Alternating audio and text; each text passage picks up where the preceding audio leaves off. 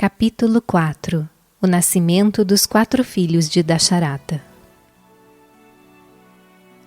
As rainhas terminaram o banho cerimonial como aconselhara o preceptor e adentraram o santuário do palácio onde estava o altar da deidade da família. Ali, Vashishta concluiu a cerimônia de adoração. O alimento trazido pelo ser divino foi colocado em 3 taças de ouro. Em seguida, Vashishta chamou Dasharata e falou: Rei, dê estas taças às suas esposas, primeiro a Kaushalya, depois a Sumitra e por último a Kaikeyi. O rei agiu como ordenado. As rainhas pegaram as taças e prostraram-se aos pés de Vashishta e de Dasharata. Então Vashishta lhes disse que ingerissem o alimento, mas somente após tocarem os pés do sábio Rishashringa, que havia celebrado o sacrifício. Kaushalya e Kaikeyi mantiveram as suas taças a salvo no santuário e foram encontrar as criadas para secar os cabelos antes de penteá-los. Quanto a Sumitra, subiu ao terraço e, pondo sua taça sobre o estreito parapeito, deixou os cabelos secarem ao sol enquanto refletia sobre a sua situação desfavorável e peculiar. Eu sou a 2ª rainha. O filho da rainha mais velha ascenderá ao trono conforme o direito real. O de Kaikeyi, a 3ª rainha, poderá assumir o trono, de acordo com a promessa feita pelo rei na época do seu casamento com ela. E perguntou-se: o que acontecerá com o filho que eu tiver? Não estará aqui nem lá. Por que ter um filho para sofrer como um ninguém, sem status nem soberania? Bem melhor que esse filho não nasça do que nascer e ser negligenciado. Mas aquilo só durou alguns momentos. Em pouco tempo ela ficou em paz consigo mesma. Sentiu que aquilo que os deuses decidem deve acontecer, ninguém pode impedi-lo. Então, lembrando-se do que havia determinado o preceptor e da ordem do rei, foi em direção à taça resolvida a ingerir o seu conteúdo. Mas, vejam só, eis que uma águia veio voando e rapidamente pegou a taça com o bico, levando-a para bem longe no céu. Sumitra arrependeu-se da sua negligência em relação ao precioso alimento. Percebeu que o rei ficaria muito aborrecido se viesse a saber do acidente. Como não conseguia decidir o que fazer, foi diretamente a Kaushalya e contou-lhe o que havia ocorrido. Nesse momento, Kaikeyi veio com a sua taça de ouro após haver prendido os cabelos secos. As 3 eram muito amorosas entre si, como irmãs ligadas por um único fio de seda feito de afeição. Evitando comunicar a triste notícia ao rei, elas ordenaram que trouxessem outra taça de ouro, onde Kaushalya e Kaikeyi despejaram uma porção do conteúdo das suas próprias taças, de modo que todas juntas pudessem ocupar os seus lugares no santuário. Ali comeram o sagrado alimento enquanto o sábio proferia suas bênçãos e outros anciãos e eruditos cantavam auspiciosos hinos védicos. Depois, as rainhas sorveram goles de água santificada e prostraram-se diante do altar. Inclinaram-se aos pés de Rishashringa e dirigiram-se aos seus palácios.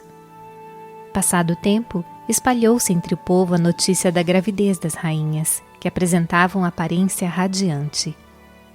Ao chegar o 10º mês, criadas e enfermeiras passaram a observá-las com vigilante cuidado enquanto aguardavam o feliz acontecimento. Nisso, ficaram sabendo que Kaushalya estava com as dores do parto. A caminho do palácio da rainha, tiveram conhecimento de que ela deu à luz a um príncipe. No 2º dia, Kaikeyi trouxe à existência um filho. As ótimas notícias trouxeram alegria ao país inteiro. E no dia seguinte, Sumitra teve as dores do parto e deu à luz a gêmeos.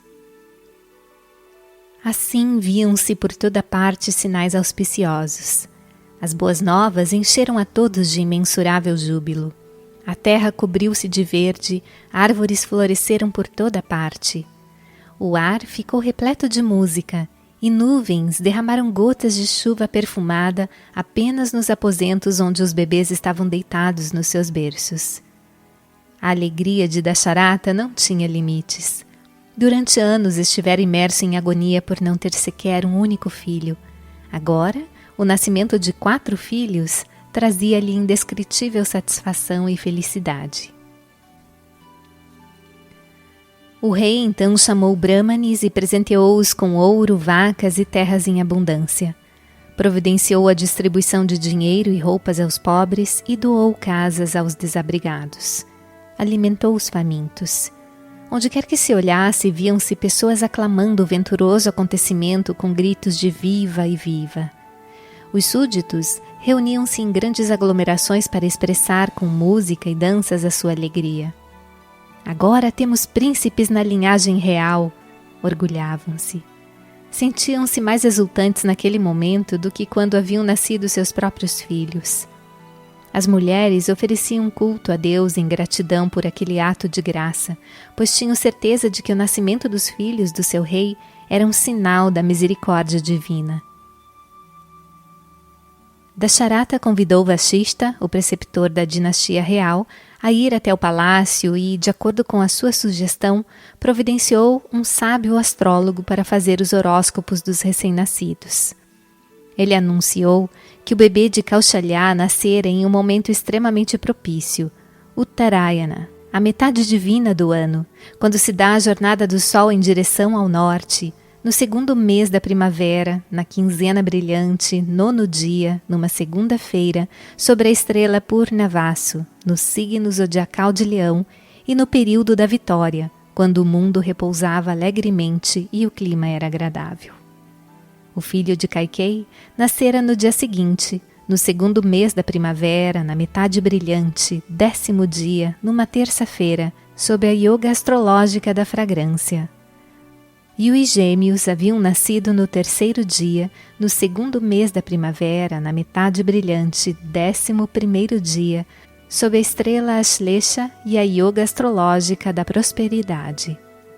Esses detalhes foram comunicados ao astrólogo convidado a fazer os mapas e escrever os respectivos horóscopos em consonância com a ciência astrológica e comunicar ao rei as conclusões a que havia chegado. Então Dasharata solicitou a Vashishta que marcasse um momento auspicioso para a cerimônia de nominação das crianças. O preceptor da família sentou-se em silêncio por alguns segundos, imerso em meditação. Anteviu os anos futuros revelados na sua visão yogi. Ao despertar da visão, declarou: Ó grande rei, os seus filhos não são simples mortais, eles são incomparáveis. Têm muitos nomes e não são humanos. São seres divinos que assumiram a forma humana. São personalidades divinas. A boa sorte do mundo os trouxe aqui. Considero uma grande oportunidade ser o celebrante da cerimônia de nominação dessas crianças divinas. As mães eram 3, mas o pai era um só. Por isso, Vashishta determinou que o período de 10 dias de impureza fosse contado a partir do dia em que Kaushalya dera à luz ao seu bebê. Sendo assim, ele considerou auspicioso para a cerimônia de nominação o 11º dia após o nascimento do filho de Kaushalya. O rei prostrou-se aos pés de Vashishta em gratidão por esse favor e o preceptor retornou ao seu eremitério. O astrólogo também aprovou a data e começou a escrever a lista dos materiais a serem providenciados para o ritual. Entregou-a ao sumo sacerdote e partiu, carregado de presentes que o rei lhe havia dado. Dasharata ordenou que se redigissem convites para a cerimônia e enviou-os aos senhores feudais, nobres, cortesãos, sábios e eruditos de todo o império, empregando-se assim o tratamento apropriado segundo a posição e o cargo de cada um deles. Os mensageiros responsáveis por levar as mensagens eram ministros e funcionários da corte ou brahmanes, de acordo com o cargo e a posição dos convidados. Assim, passaram-se 10 dias. A cidade de Ayodhya, resplandecente e bela, tornara-se extremamente encantadora aos olhos. O ar estava repleto de melodias que se espalhavam por toda a extensão do reino, fazendo com que as pessoas se perguntassem se havia anjos celestiais cantando lá no alto. Aspergiam-se aromas nas ruas e a cidade transbordava de visitantes. Apenas sábios e cortesãos podiam entrar nos aposentos internos do palácio. Os demais, fossem príncipes ou camponeses, dispunham de alojamentos separados. Construíram-se arquibancadas no pátio do palácio para acomodar todos os hóspedes e convidados, de forma que pudessem assistir ali sentados à cerimônia de nominação e toda a sua ritualística. Logo se ouviu música vinda do salão da corte, assim como o som de hinos védicos cantados por brahmanes. As 3 rainhas, tendo os bebês nos braços, adentraram o salão elegantemente decorado. Brilhavam como mães divinas carregando os deuses Brahma, Vishnu e Shiva. A bem-aventurança e o esplendor que inundavam os seus rostos estava além da capacidade humana de descrição. Quando o povo percebeu a sua entrada, aclamações de vitória ergueram-se de cada coração. Mulheres balançavam auspiciosas lamparinas de cânfora à sua frente, e 3 assentos especiais haviam sido preparados para elas. Kaushalya tomou o seu primeiro, seguida por Sumitra e Kaikeyi. O imperador Dasharata sentou-se ao lado de Kaushalya, à sua direita. E os brahmanes deram início à cerimônia com a devida atenção a cada detalhe. Acenderam o fogo sagrado e fizeram oblações acompanhadas da recitação dos mantras apropriados. Despejaram-se e espalharam-se grãos de arroz em pratos de ouro. Em seguida cobriu-se o arroz com um pano de seda macio sobre o qual as mães colocaram os seus bebês. O filho de Kaushalya fitou Vashishta como se este fosse um íntimo conhecido seu. Tentou aproximar-se dele como se apreciasse a sua companhia e desejasse estar perto dele. Todos se admiraram com aquele estranho comportamento. Tomado pela emoção, Vashishta derramou lágrimas de alegria, teve que enxugar os olhos e controlou-se com muito esforço. Segurando na mão alguns grãos de arroz, ele disse: Rei, o filho nascido para proporcionar alegria a Kaushalya fará o mesmo por toda a humanidade. As suas virtudes trarão a todos consolo e contentamento, júbilo e felicidade. Ele será uma grande fonte de alegria para yogis e buscadores espirituais. Portanto, a partir deste momento, o seu nome será Rama, ou seja, aquele que agrada. Excelente! Excelente! Exclamaram os sábios, dando as boas-vindas ao nome que consideraram muito apropriado e significativo. Depois, Vashishta fixou o olhar nos filhos gêmeos de Sumitra. Sentiu que o mais velho seria um herói, um lutador valente e possuidor de vasta riqueza. Sabia que ele se deleitaria no serviço a Deus e a sua consorte Lakshmi, e que esse serviço seria o seu próprio alento vital. Por isso, deu-lhe o nome de Lakshmana. Quanto ao seu irmão mais novo, sabia que ele seria um formidável destruidor dos inimigos e um contente seguidor dos passos dos irmãos mais velhos. Abençoou-o, portanto, com o nome de Shatrugna, o exterminador dos inimigos. Finalmente, Vashishta mirou a criança que era a fonte de alegria de Kaikeyi. Soube que ela encheria de amor e de felicidade o coração de todos, que causaria admiração a todos com sua incrível fidelidade ao Dharma e que governaria os seus súditos com grande compaixão e afeto. Deu-lhe então o nome de Bharata, aquele que governa. As pessoas alegraram-se ao ouvir o preceptor discorrer sobre o glorioso futuro das crianças. Encheram-se de amor pelos príncipes e, a partir daquele dia, passaram a chamá-los de Rama, Lakshmana, Shatrugna e Bharata. Dasharata providenciara suntuosos banquetes para aqueles que haviam tomado parte na cerimônia e encheu de júbilo a todos os convivas. Concedeu-lhes hospitalidade e presentes dignos da posição de cada um. Fez abundantes doações em caridade e, como penitência ritual, distribuiu vacas, terra, ouro e outros itens de valor aos pobres e aos necessitados. Deu atenção a todos, de modo que ninguém ficasse descontente ou desapontado. Após a cerimônia, despediu-se com a devida cortesia daqueles que retornavam aos seus lares. As crianças cresceram rapidamente sob o carinhoso cuidado das mães. Desde o início, porém, observou-se um fato curioso. Lakshmana sempre buscava Rama e Shatrugna sempre buscava Bharata. Desde o dia do seu nascimento, Lakshmana estava sempre chorando. Enfermeiras e outras pessoas tentaram diversas soluções e paliativos. Nada aliviava o seu sofrimento nem fazia parar o seu choro. Suspeitou-se de alguma dor interna e experimentou-se uma grande quantidade de remédios, mas nenhum surtiu efeito. A rainha teve a certeza de que a dor da criança estava além do alcance de medicamentos. Sumitra pediu então que chamassem Vashishta. Quando este entrou no salão, prostrou-se aos seus pés e suplicou: Mestre, Lakshmana tem chorado desde o seu nascimento, clamando por algo que não sou capaz de descobrir.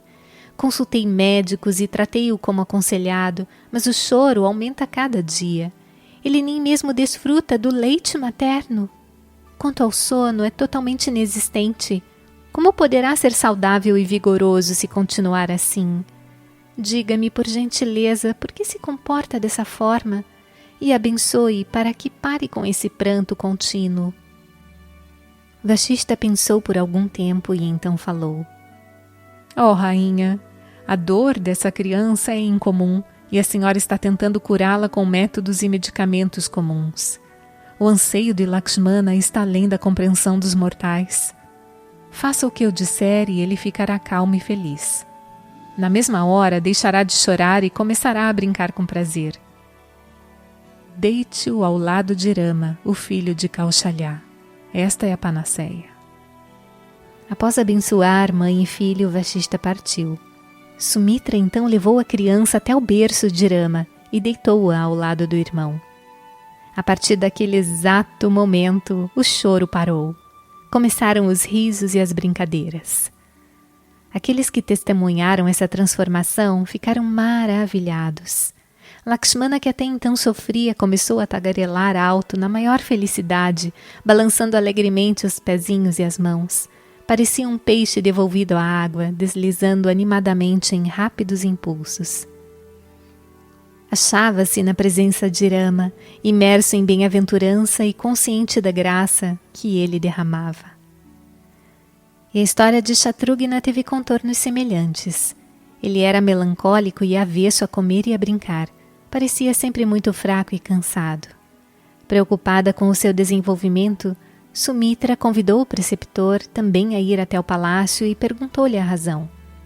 Vashishta sorriu novamente e disse: Mãe, os seus filhos não são de natureza comum. Eles nasceram para encenar um drama divino. Coloque Shatrughna na mesma cama de Bharata. Então a sua rotina diária será prazerosa e extremamente feliz. Não se preocupe mais.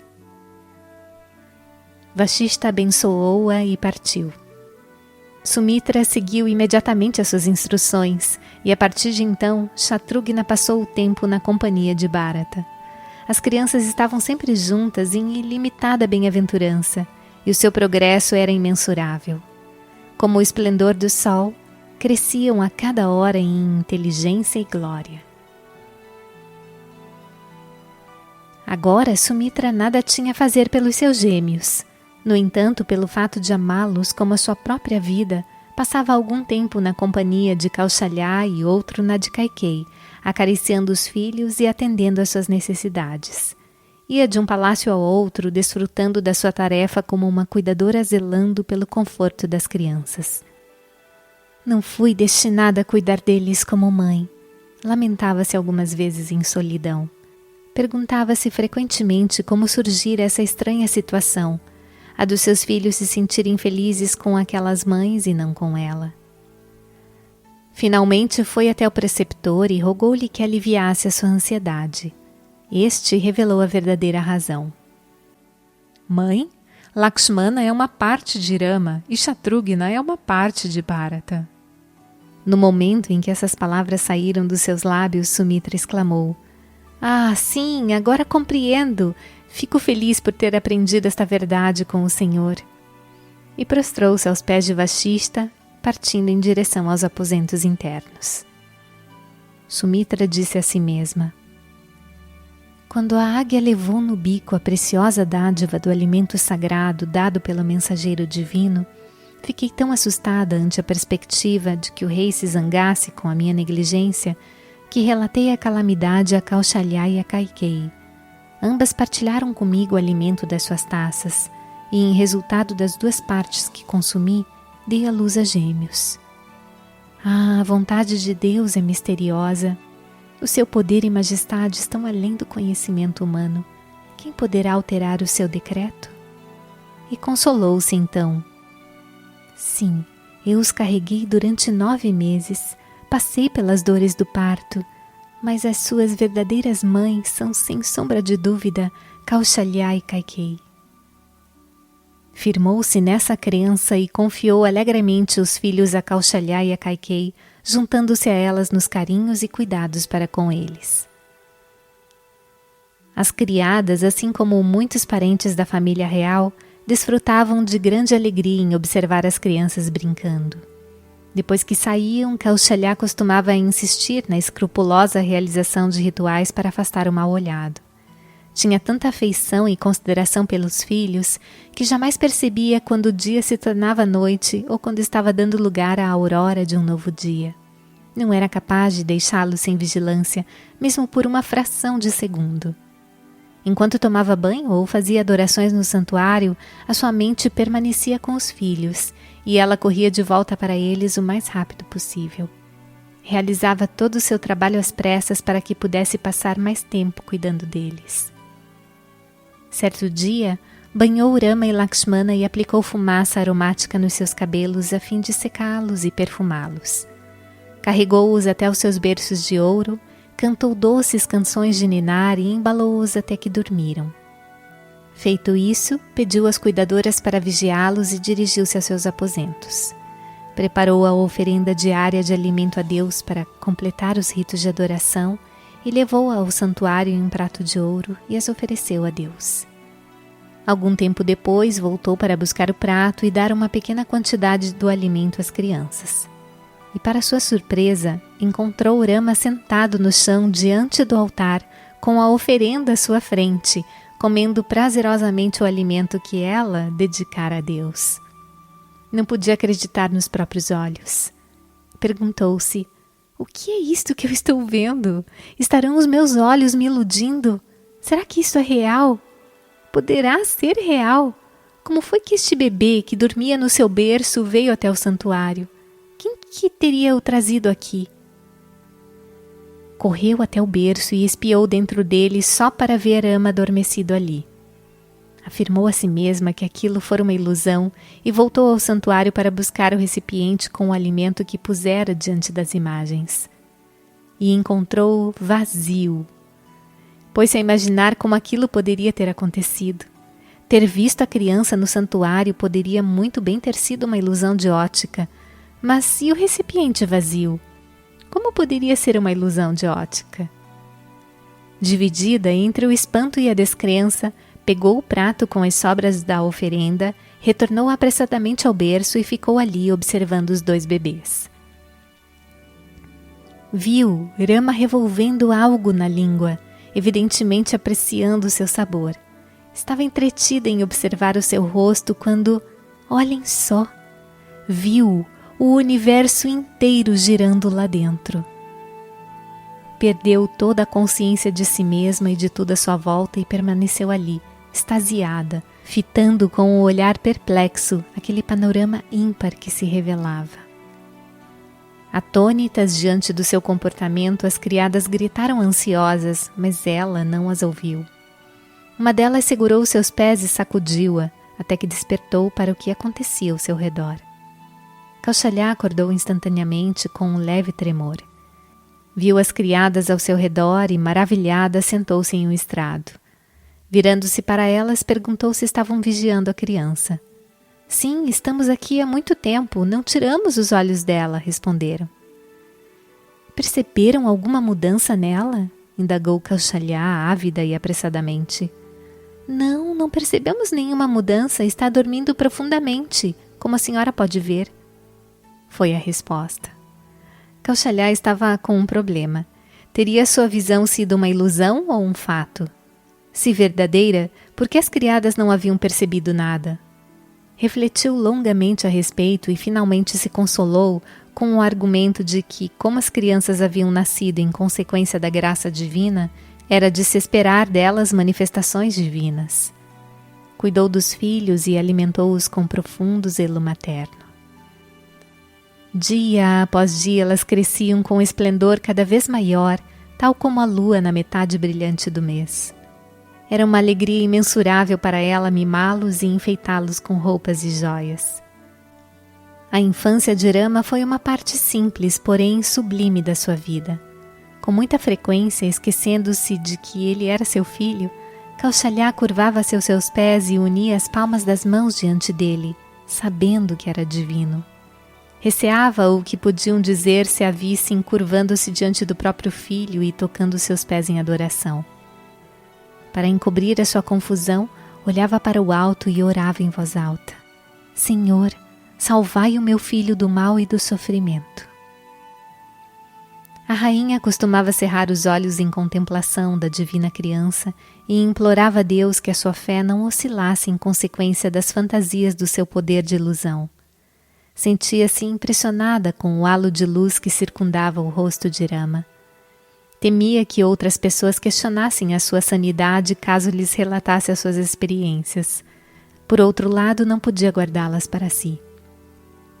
O seu abalo era tal que frequentemente se comportava de maneira estranha, como se estivesse sendo arrebatada pela emoção que lhe provocava o jogo divino do seu filho. Algumas vezes ficava ávida por abrir o coração para Sumitra e Kaikeyi, mas se controlava para evitar que elas pusessem em dúvida a autenticidade da sua experiência e a atribuíssem ao exagero ou ao desejo de exaltar o próprio filho. Certo dia, finalmente tomou coragem para contar ao imperador da Charata toda aquela encantadora e emocionante história. Ele ouviu com muita atenção e disse: Senhora, isso é apenas produto da sua imaginação. A senhora é extremamente afeiçoada a essa criança. Imagina que é divina e observa todos os seus movimentos e ações sob essa luz. Por isso ela lhe parece estranha e maravilhosa, é só isso. Mas a resposta não a satisfez. O imperador consolou-a com alguns argumentos ilusórios e mandou-a de volta aos seus aposentos. No entanto, apesar do que ele afirmara, a rainha não se convenceu com as suas palavras, pois testemunhara com os próprios olhos os miraculosos incidentes. Então Kaushalya foi até o preceptor Vashishta e consultou a respeito da autenticidade das suas experiências. Ele escutou o seu relato e disse: Rainha, o que a senhora viu foi pura verdade. Não se trata de criações da sua imaginação. O seu filho não é uma simples criança, ele é divino. A senhora o teve como fruto de muitas vidas meritórias. O fato do Salvador da humanidade haver nascido de Kaushalya é a boa sorte ímpar dos cidadãos de Ayodhya. Abençoou abundantemente a rainha e partiu. Kaushalya compreendeu a verdade contida na declaração de Vashishta, reconheceu o filho como a própria divindade e sentia imensa alegria em observar a criança. Passaram-se os meses e Rama, Lakshmana, Bharata e Shatrugna aprenderam a engatinhar, sentar-se no chão e se movimentar por toda parte. Tomaram-se providências especiais para que fossem vigiados a todo momento, de modo a evitar que caíssem e se machucassem. Também adquiriram-se e colocaram-se diante deles muitas variedades de brinquedos. Assim as crianças levavam os dias na companhia das mães e das cuidadoras em um contínuo ciclo de alegria, sem se darem conta do transcurso do tempo. Já podiam levantar-se e ficar de pé segurando firmemente os dedos da mãe ou de uma cuidadora. Conseguiam apoiar-se na parede, erguer-se e dar alguns passos sozinhos. As mães se alegravam com seus esforços e conquistas e davam gargalhadas quando balbuciavam algumas palavras indistintas em uma voz que fazia lembrar a imitação de um papagaio. Ensinaram-lhes a dizer mamãe e papai, e ficavam felizes quando eles pronunciavam as palavras corretamente.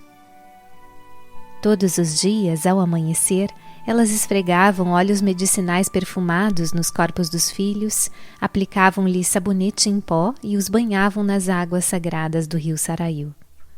Depois secavam os seus cachos com incenso perfumado e pingavam colírio nos seus olhos. Nas bochechas das crianças colocavam pontos para afastar o mal-olhado e nas testas faziam marcas rituais. Vestiam os filhos com peças de seda atraentes e macias e os ajudavam a reclinar-se em balanços onde dormiam profundamente ao som de melodiosas canções de ninar. Envolvidas nessa agradável tarefa, as mães sentiam que o paraíso não era algo distante no tempo e no espaço, ele estava bem ali em toda a sua volta. E quanto às joias, cada dia que passava eram mais novas e reluzentes. Tornozeleiras, cintilantes pulseiras de ouro e pedrarias, colares de 9 pedras preciosas. Por terem medo de que a dureza das joias pudesse ferir os seus corpos delicados, elas eram dispostas em fitas e laços de veludo macio. As brincadeiras e passatempos dos garotinhos desafiavam qualquer descrição. Quando eles já conseguiam andar, brincavam com meninos da mesma idade trazidos da cidade. E estes ganhavam deliciosos alimentos, brinquedos e muitos presentes. As criadas que os levavam ao palácio também recebiam lautas refeições. Enquanto criavam os filhos, Kaushalya, Kaikeyi e Sumitra não se importavam com a própria saúde e conforto, tão felizes se sentiam com eles. Após esse período de nutrição e crescimento no interior do palácio, as crianças já com a idade de 3 anos eram levadas pelas governantas ao parquinho, onde corriam e se divertiam à vontade. Quando retornavam, as mães as recebiam e acolhiam com grande amor e cuidado. Certo dia, conversando com as rainhas, Dasharata mencionou o fato de que não aprenderiam muita coisa de valor se ficassem somente com as criadas. A sua inteligência e habilidades não poderiam se desenvolver dessa maneira. Definiu-se então um horário auspicioso para que eles fossem iniciados nas letras e chamaram-se preceptores para proceder à sua estreia nos estudos. A partir daquele dia, os encantadores menininhos passaram a residir na casa do professor. Abandonaram as custosas vestimentas reais e passaram a usar um tecido simples, amarrado ao redor da cintura e outro jogado sobre os ombros. Tendo em vista que a educação não pode progredir bem se as crianças estão na atmosfera de amor e cuidado dos pais, eles foram viver com o professor, absorvendo lições ao longo de todo o dia e toda a noite, pois mais se aprende servindo o preceptor, observando-o e seguindo seu exemplo. Tinham que subsistir com aquilo que ele lhes dava para comer, e brilhavam como personificações do ideal brahmachari, de buscadores da verdade. Quando as mães sentiam a angústia da separação e queriam vê-los, iam até a residência do professor e se alegravam ao ver o progresso das crianças. O professor também se sentia muito feliz ao observar a perseverança e o entusiasmo dos seus pupilos. Cheio de admiração e alegria, surpreendia-se com a sua inteligência e prodigiosa memória. Percebeu que, dentre os 4, Rama demonstrava um extraordinário interesse pelos estudos. Compreendia tudo tão depressa que era capaz de repetir qualquer lição corretamente após ouvi-la apenas uma vez. Maravilhado com a aguçada inteligência de Rama, decidiu que o seu progresso não devia ser atrasado pela necessidade de trazer os outros ao seu nível. Por isso, agrupou os 3 em separado e deu atenção individual a Rama, que aprendia muito rapidamente. Lakshmana, Bharata e Shatrugna também aprendiam admiravelmente bem, mas ansiavam tanto pela companhia e camaradagem de Rama que assim que ele se afastava, perdiam o interesse pelos estudos e pelos deveres para com o preceptor. Em razão disso, não conseguiam se nivelar com Rama, ficando sempre 1 ou 2 aulas atrás dele. Lakshmana ousou dizer umas 2 vezes ao professor que não necessitavam de nenhuma aula ou aprendizado e que ficariam felizes somente em estar na companhia de Rama. Este era a própria vida de Lakshmana. O professor observava essa singular relação entre os dois e sentia-se muito inspirado ao meditar sobre ela. Recordava-se da declaração do sábio Vashishta de que eles não eram senão Nara e Narayana, o homem primordial e Deus, as inseparáveis forças divinas.